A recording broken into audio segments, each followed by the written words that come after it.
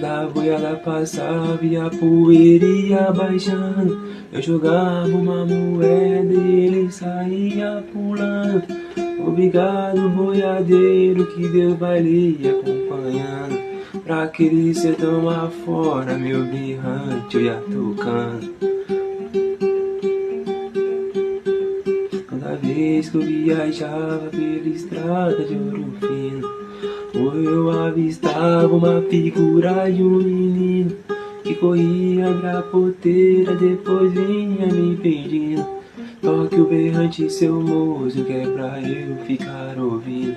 Quando a boiada passava e a poeira ia baixando, eu jogava uma moeda e ele saía pulando. Obrigado, boiadeiro, que Deus vai lhe acompanhando.